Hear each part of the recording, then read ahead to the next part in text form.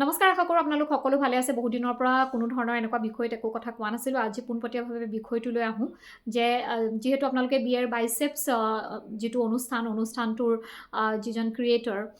ৰণবীৰ আলাহাবাদিয়া, যাক হয়তো বহুতে জানে যিহেতু তেওঁ প্ৰধানমন্ত্ৰীৰ পৰা এটা বঁটাও লাভ কৰিছিল কণ্টেণ্ট ক্ৰিয়েটৰ্ছসকলৰ যিটো অনুষ্ঠান আয়োজন কৰা হৈছিল, ভাৰত চৰকাৰে আয়োজন কৰিছিল, তাত তেওঁক পুৰস্কৃত কৰা হৈছিল। গতিকে তেওঁৰ যিখিনি পডকাষ্ট য'ত বিভিন্ন ধৰণৰ গণমান্য ব্যক্তিসকল, বিভিন্ন দিশৰ ব্যক্তিসকলক মাতি তেওঁ এটা ইণ্টাৰভিউ নহয়, এটা আলোচনা চক্ৰৰ নিচিনা এটা অনুষ্ঠান কৰে, যিবিলাক পডকাষ্ট বৰ্তমান আচলতে আমাৰ যিকোনো ধৰণৰ প্লেটফৰ্মতে আমি ইউটিউব হওক, ছ'চিয়েল মিডিয়াত আমি আজিকালি সচৰাচৰ দেখিবলৈ পাওঁ, খুব বেছিকৈ প্ৰচলিত হৈ পৰিছে। কিন্তু আৰম্ভণি হয়তো তেওঁৰ পৰাই হৈছিল বুলি ক'ব পাৰি, কাৰণ বহু বছৰ আগৰ পৰা তেওঁক ফ'ল' কৰিছোঁ আৰু দেখি আহিছোঁ। এটা মানে ভদ্ৰ এজন ল'ৰা, তেওঁৰ মাতৃও এগৰাকী গাইনকলজিষ্ট ডক্তৰ, গতিকে ডক্তৰ এগৰাকীৰ সন্তান আৰু ভদ্ৰভাৱেই হয়তো ডাঙৰ হৈছে। বিভিন্ন ধৰণৰ অনুষ্ঠানত তেওঁৰ কথোপকথন চাই তেনেকুৱাই লাগিছিল। কিন্তু মই ক'ব বিচৰা বিষয়টো হৈছে যে যিখিনি কথা তেওঁ সেই অনুষ্ঠানটোত ক'লে, তাৰ পৰাতো ভদ্ৰতা, আচলতে ভদ্ৰতাটো আমি কেনেকৈ ডিফাইন কৰিম সেইটো মই একজেক্টলি নাজানো। কাৰণ কেতিয়াবা হয়তো ৰুমৰ ভিতৰত মানুহে নুশুনাকৈ দুই এটা শ্লেং হয়তো আমিও আমাৰ নিজৰ আপোন লোকৰ লগত আমি ব্যৱহাৰ কৰিব পাৰোঁ। কিন্তু যেতিয়া আমি এখন সামাজিক অনুষ্ঠানলৈ যাওঁ, আমাৰ ব্যক্তিত্বটো কেনেকুৱা হোৱা উচিত বা কেনেকুৱা ধৰণৰ শব্দ আমি প্ৰয়োগ কৰা উচিত, সেইটো যদি আমি নাজানো, তেতিয়াহ'লে আমি তাক ভদ্ৰ বুলি কোৱাৰ আচলতে কোনো অৱকাশ নাথাকে বুলি মই ভাবোঁ। বাৰু যি কি নহওক, সেইটো এটা আনুষাংগিক বিষয়। আচলতে বিষয়টো কেৱল এইটো নহয় যে তেওঁ কি ক'লে, আৰু যিটো ইণ্ডিয়াজ গট লেটেণ্ট বুলি যিটো এটা অনুষ্ঠান আছে, অত্যন্ত আচলতে তাত অসভ্য প্ৰকৃতিৰ আলোচনাই কিছুমান হয়, বহুত আগৰ পৰা হৈ আছে, আৰু এই অনুষ্ঠানটো আচলতে বহুত আগতেই বন্ধ হ'ব লাগিছিল। সেই বস্তুটো কিয় নহ'ল, সেইটো এটা প্ৰশ্নৰ বিষয়। কাৰণ ভাৰতৰ নিচিনা এখন দেশত বিশেষকৈ, য'ত আমাৰ সংস্কৃতি, আমাৰ যিটো ডাঙৰ সৰুৰ মাজত এটা যিটো সম্বন্ধ আমি ৰাখোঁ, যিটো সন্মান সহকাৰে থকা যায়, যিবিলাক আমি আগৰ পৰা শিকি আহিছোঁ, আমাৰ সভ্যতাটোত আছে, সেই বস্তুখিনি নৎসাত কৰি বৰ্তমান সময়ত মই দেখিছোঁ ছ'চিয়েল মিডিয়াত দুটাই কথা অকল প্ৰাসংগিক হৈ ৰৈ গৈছে। প্ৰথম হৈছে যে এটা ফোমো হয়, যে ফিলিং অফ মিছিং আউট বুলি যিটো আমি কওঁ, যে প্ৰত্যেকটো সময়তে যেন কিবা এটা নাই, সেইকাৰণে প্ৰত্যেকটো সময়তে ছ'চিয়েল মিডিয়াত মানে যিসকল থাকে তেওঁলোকে মানে মিনিটে মিনিটে সেইটো বস্তু চাই থাকিব লগা এটা বেমাৰ হয়। আৰু দ্বিতীয় যে যিসকল কণ্টেণ্ট ক্ৰিয়েটাৰ্ছ আছে, তেওঁলোকৰ এটা আটাইতকৈ ডাঙৰ বেমাৰ হৈছে যে তেওঁলোকে ৰেলিভেণ্ট বা যিটো আমি ট্ৰেণ্ডিং বুলি কওঁ, সেই ট্ৰেণ্ডত থকাৰ যিটো দৌৰ, সেই দৌৰটোত নামি যিকোনো ধৰণৰ কাম কৰি আচলতে সেইটো বিতৰ্কিতই হওক বা প্ৰশংসনীয়ই হওক, তেওঁলোকে কুণ্ঠাবোধ নকৰাকৈ আগবাঢ়ি যায়। এয়া কেৱল আচলতে ভাৰতৰ প্ৰেক্ষাপটত হোৱা এটা ঘটনাৰ কাৰণে আমি আলোচনা কৰাৰ প্ৰয়োজন নহয়। এইটো সচৰাচৰ অসমত মই দেখি আহিছোঁ। বহুকেইজন এনেকুৱা ইউটিউবাৰ আছে, বহুকেইজন এনেকুৱা বিশিষ্ট গায়ক, শিল্পী বুলি যাক আমি কওঁ, তেনেধৰণৰ লোক আছে যিসকলে নিজৰ গীতত হওক, নিজৰ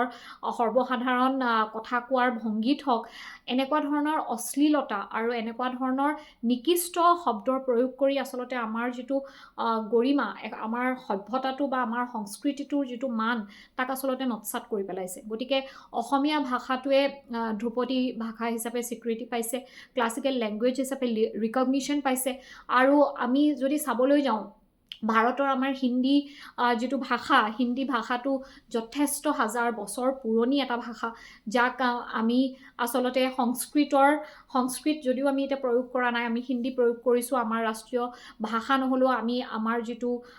আমি অফিচিয়েল লেংগুৱেজ বুলি কওঁ, আমাৰ এটা চৰকাৰী ভাষা বুলি কওঁ, তো সেই ভাষাটোৰ এটা নিজৰ এটা শালীনতা, গাম্ভীৰ্যতা আছে। যেতিয়া আমাৰ অনুষ্ঠানবিলাক কৰা যায়, আমাৰ যিটো ৰিজনেল, আমাৰ যিবিলাক লেংগুৱেজ আছে, আমাৰ সেই লেংগুৱেজবিলাকক বা সেই ভাষাবিলাকক আমি কেনেকৈ প্ৰয়োগ কৰিব লাগে, অনুষ্ঠানত আমি কেনেধৰণৰ কথা ক'ব লাগে, এই বস্তুবিলাক আচলতে এখন এনেকুৱা কঠোৰ ল থকাটো দৰকাৰ যে ছ'চিয়েল মিডিয়াত যিকোনো মানুহে আহি যি টি কথা কৈ থৈ গ'লেই যে শুদ্ধ হৈ যায়। কাৰণ এখন চেঞ্চৰ বৰ্ড নাই কাৰণে, এতিয়া OTT বুলি মানে অভাৰ দ্য টপ বুলি কোৱাৰ কাৰণেই যে মানুহে যি টি কাম কৰিব পাৰিব তেনেকুৱা কথা নহয়। আৰু মই দেখিলোঁ ছ'চিয়েল মিডিয়া প্লেটফৰ্মকে ইনক্লুডিং OTT, মোবাইল বা যিকোনো ধৰণৰ স্মল হেণ্ডলিং ডিভাইচবিলাক যিবোৰ আমাৰ হাতত থাকে তাত যিবোৰ বস্তু আমি চাবলৈ পাওঁ ইমান নিকৃষ্ট মানদণ্ডৰ হৈ পৰিছে যে আপুনি এখন ঘৰত ল'ৰা ছোৱালীৰ লগত যদি আপুনি ভুলতে চাই আছে তাৰ মাজতে যদি এটা এড বাজি গৈছে বা কিবা কাৰণত আপুনি চুৱাইপ কৰোঁতে তেনেকুৱা এটা কণ্টেণ্ট আহি গৈছে মানে নিজেই বহুত সময়লৈকে আমি মানে এটা অদ্ভুত ধৰণৰ আমাৰ মনত এটা ভাৱ আহিবলৈ ধৰে যে কিয় এনেকুৱা হ'ল বা কিয় আমি এইটো দেখিলোঁ কি মানে কি প্ৰয়োজন আছিল সেয়েহে মই ভাবোঁ যে প্ৰথমতে বস্তুটো এই যিখিনি অশালীন কথা বা অশালীন মন্তব্য আৰম্ভণি কোনোবা এজনেই কৰে এতিয়া কম্পিটিশ্যনটো এনেকুৱা হয়গৈ যে কোনে কিমান বেছিকৈ বেয়া কৰিব পাৰে এতিয়া যদি ইনষ্টাগ্ৰামৰ ৰিলছ হওক বা যিকোনো ধৰণৰ আমি ৰিলছবিলাক দেখোঁ তাত কোনে কিমান অশ্লীল কাপোৰ পিন্ধিব পাৰে তাৰ এটা প্ৰতিযোগিতা এটা কাৰণেই চলিছে কাৰণ এই কণ্টেণ্টবিলাক মানুহে চায় এনেকুৱা ধৰণৰ কণ্ট্ৰভাৰ্চিয়েল এনেকুৱা ধৰণৰ ছেক্সুৱেল এনেকুৱা ধৰণৰ অশালীন বস্তু চাই আচলতে আজিৰ মানুহে হয়তো ভাল পায় কাৰণে ইমান ভিউজ হয় যিবিলাক কণ্ট্ৰভাৰ্চিয়েল সেই বস্তুবিলাকেই চলে আৰু এতিয়াৰ সময়ত দৌৰটো এনেকুৱা চলিছে যে কণ্ট্ৰভাৰ্চিয়েলে হওক বা যিয়ে নহওক আমি ৰেলিভেণ্ট হৈ থাকিব লাগিব আমি ট্ৰেণ্ডিং হৈ থাকিব লাগিব আৰু এইটো কেৱল অকল পইচা আৰ্নিঙৰ কাৰণে কৰাৰে বেমাৰ নহয় এইটো এটা এই যে ফেম যিটো ৰিকগনিশ্যন বেয়া হওক ভাল হওক মানুহে মোক চিনি পোৱাটোৱে আচল এই যিটো আমাৰ জেনেৰেশ্যন আহি গ'ল তাত হয়তো এইটো এটা নৰ্মেল কথা হৈ পৰিব লাহে লাহে নৰ্মেল হৈ পৰিছে তাৰ কাৰণে মই ভাবোঁ ছ'চিয়েল মিডিয়াত যিসকল লোকে কণ্টেণ্ট বনায় তেওঁলোকৰ এটা এথিকেল কনচাৰ্ণ থকাটো খুব দৰকাৰ তেওঁলোক একাউণ্টেবল হ'ব লাগে যে তেওঁলোকে কি কৰাটো উচিত কি কৰিব তেওঁলোকে নালাগে আৰু তাৰ কাৰণে মই অনুৰোধ কৰিম বিশেষকৈ ভাৰত চৰকাৰে নিশ্চয় পদক্ষেপ ল'ব আৰু এটা কথাত ভাল লাগিছে যে আমাৰ অসমৰ মুখ্যমন্ত্ৰী মহোদয়েও এটা অলৰেডি কেছ ফাইল কৰিছে FIR দিছে অলৰেডি তেওঁৰ ওপৰত ৰণবীৰ আলাবাদিয়াৰ ওপৰত আৰু সেইটো মই আচলতে ভুল বুলি একেবাৰে মই শুদ্ধ বুলিয়ে ক'ম কাৰণ তেওঁৰ ওপৰত একচুৱেলি এইটো ইমান এজন ৰেছপনচিবল মানুহে এনেকুৱা ধৰণৰ কথা ক'লে আচলতে তাৰ ওপৰত ল এণ্ড অৰ্ডাৰ থাকিব লাগে আৰু তেওঁৰ ওপৰত লিগেল একশ্যনছ হ'ব লাগে কাৰণ নহ'লে আচলতে এইটো এটা এক্সাম্পল ছেট হৈ গৈছে যে মানুহে যি টি কথা য'তে ত'তে ক'ব পাৰে আৰু নেক্সট কথা হ'ল যে কেৱল তেওঁৱেই এনেধৰণৰ কথা কোৱা নাই এনেধৰণৰ কথা কোৱা মানুহ আমাৰ চকুৰ আগতে অসমতে বহু লোক আছে বা এনেকুৱা বহু লোক আছে যিসকলে হয়তো কোনোবাই শিক্ষকতা কৰি আছে কোনোবাই গান গায় এজন বিশিষ্ট ব্যক্তি তেনে লোকে এনেকুৱা ধৰণৰ স্লেং ব্যৱহাৰ কৰি ৰাজহুৱা স্থানত বক্তব্য দিয়া আমি শুনিবলৈ পাইছোঁ যাৰ বাবে আচলতে নিজে আমি লজ্জিত হওঁ তেওঁলোকৰ কামখিনিক আমি সন্মান কৰিব পাৰোঁ কিন্তু তেওঁলোকে যিখিনি বক্তব্য প্ৰকাশ কৰে যাৰ বাবে নৱপ্ৰজন্মৰ মাজত এই বস্তুবিলাক একেবাৰে নৰ্মেলাইজ হৈ যায় বা সাধাৰণীকৰণ বুলি আমি যিটো কওঁ যে আগতে যিটো বস্তু আমি লাজ কৰিছিলোঁ শংকা কৰিছিলোঁ ক'বলৈ এতিয়া মানে ইমানেই বেছি সৰ্বসাধাৰণ হৈ পৰিছে যে ল'ৰা ছোৱালীয়ে কিবা এটা উভুত মাতিবলৈ বা কিবা এটা স্লেং ইউজ কৰিবলৈ তেওঁলোকে সেইটো বেয়া কথা বুলি নজনাই হৈছে কাৰণ সেইবিলাক ইমান সৰ্বসাধাৰণকৈ ব্যৱহাৰ হয় গতিকে স্থান কাল পাত্ৰ ভেদে যিকোনো এটা কাম কৰাটো অত্যন্ত প্ৰয়োজনীয় আৰু প্ৰত্যেকজন ছ'চিয়েল মিডিয়া ক্ৰিয়েটৰৰে যদিও চেঞ্চৰ ব'ৰ্ড নাই তথাপিতো তেওঁলোকে যাৰে যি ইচ্ছা তাকেই আচলতে ক'বলৈ অধিকাৰ গণতন্ত্ৰ হ'ল বুলিয়েই যে আমাৰ কনষ্টিটিউশ্যনে বাক স্বাধীনতা আছে বুলি যে যিকোনো ধৰণৰ কথা ক'ব পাৰিব ফ্ৰীডম অফ স্পীচ মানে এইটো নুবুজায় যে আপুনি যিকোনো কথা কৈ নিজৰ সংস্কৃতি নিজৰ দেশ নিজৰ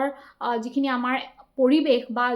আমাৰ নৱপ্ৰজন্ম তেওঁলোকৰ ওপৰত এটা বিৰূপ প্ৰতিক্ৰিয়া হোৱা ধৰণৰ বক্তব্য আপুনি কৰিব নোৱাৰে লাগিলে আপুনি যিমানেই এখন গণতান্ত্ৰিক দেশত নাথাকক সেইটো অধিকাৰ আচলতে কাৰো নাই গতিকে সেই হিচাপত মই ভাবোঁ যে সেই ধৰণেৰে এটা উচিত মানে এখন ল হ'ব লাগে য'ত আচলতে কিছুমান ডাইৰেকশ্যনছ এণ্ড মানে প্ৰিন্সিপলছ থাকিব লাগে কিছুমান ৰুলছ এণ্ড ৰেগুলেশ্যনছ থাকিব লাগে যে ছ'চিয়েল মিডিয়াত কেনেধৰণৰ কণ্টেণ্ট দিব পাৰি যদি ভায়লেশ্যন হয় অকল কেৱল ইউটিউব বা আন প্লেটফৰ্মবিলাকেই তেওঁলোকে একশ্যন ল'বলৈ অধিকাৰ নাথাকে আমাৰ ভাৰতত যদি কণ্টেণ্টটো চলিছে নিশ্চয় ভাৰত চৰকাৰৰ সেইটো অধিকাৰ থাকিব লাগে যাতে কণ্টেণ্টখিনিৰ ওপৰত লাইচেঞ্চিং তেওঁলোকে কৰিব পাৰে আৰু মই ভাবোঁ এইটো অত্যন্ত দৰকাৰ হৈছে মই এই কথাটোৰ ওপৰত বহুত দিনৰ পৰা ক'ব বিচাৰি আছিলোঁ আৰু বিশেষকৈ মই নিজৰ পেজত মোৰ যথেষ্টখিনি ফলোৱাৰ্ছ হৈছে বহুতে মোক আনফল'ও কৰি দিছে কাৰণ মই ৰেগুলাৰলি কণ্টেণ্ট নিদিওঁ কিন্তু মই এটা কথা ভাবোঁ যে কোৱালিটি মেটাৰ্ছ কাৰণ আপুনি যিকোনো ধৰণৰ কণ্টেণ্ট দি ছ'চিয়েল মিডিয়া গেলাবলৈ অহাতকৈ ছ'চিয়েল মিডিয়াত এটা যদি ইউজফুল কণ্টেণ্ট দিব নোৱাৰে কাৰণ সেই কণ্টেণ্টটো চিৰজীৱনৰ কাৰণে থাকি যাব আৰু যদি শৈক্ষিক দিশ এটাৰ ক্ষেত্ৰত আমি কাম কৰি আছোঁ তাত খুব বেছি সতৰ্ক সচেতন হোৱাটো অত্যন্ত প্ৰয়োজনীয় আৰু সেইখিনি বস্তু আচলতে আমি সমাজৰ নাগৰিক হিচাপে আমাৰ প্ৰত্যেকৰে দায়িত্ব আছে যাতে আমি এই বস্তুটোৰ ওপৰত লক্ষ্য ৰাখি আমি নৱপ্ৰজন্মক আৰু উঠি অহা চামক আমি এটা সঠিক ভৱিষ্যতৰ দিশে মই আগুৱাই নিব পাৰে গতিকে মই আপোনালোকৰ কমেণ্ট আশা কৰিলোঁ যদি সহমত ৰাখে আচলতে কমেণ্টবিলাক কৰিলে খুব বেছি ভাল পাম আৰু ভৱিষ্যতে এনেধৰণৰ ভিডিঅ' আপোনালোকৰ মাজলৈ আনিবলৈ চেষ্টা কৰি থাকিম নমস্কাৰ